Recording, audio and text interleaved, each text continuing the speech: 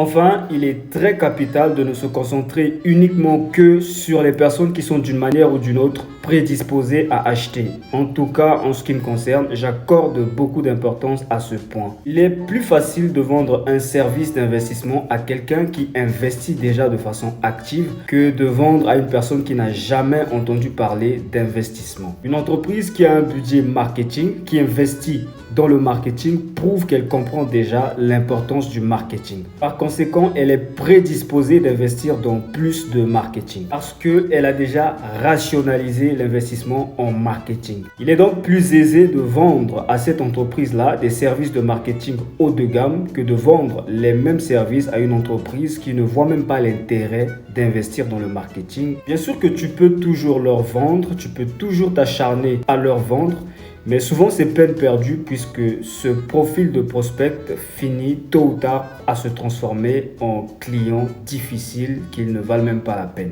Tôt ou tard, ils t'engagent dans une bagarre pour retourner leur veste à cause, entre autres, de la médiocrité et de la résistance au changement. Ils savent qu'une entreprise doit avoir un budget marketing, mais eux, ils ne se voient tout simplement pas faire cela. Du coup, venir leur vendre des services de marketing comme ça devient très dangereux pour toi parce qu'ils ne sont même pas encore en mesure de rationaliser un tel investissement. Donc avant de faire face à un problème de marketing, ils font tout d'abord face à un problème de mindset. Ils sont bloqués par leurs croyances qui sont des croyances limitantes. Tant que ce problème n'est pas résolu, ils vont volontairement saboter tout investissement en marketing qu'ils vont faire. C'est là que tu vois des clients qui signent des engagements et qui t'appellent un jour au milieu de nulle part pour te dire qu'ils ont changé d'avis. En plus de devenir des gens ultra difficiles à gérer, sauf si tu es assez sage de les laisser partir. Donc si tu veux limiter ce genre d'incident, tu feras mieux de te concentrer à ne faire du business qu'avec des personnes prédisposées.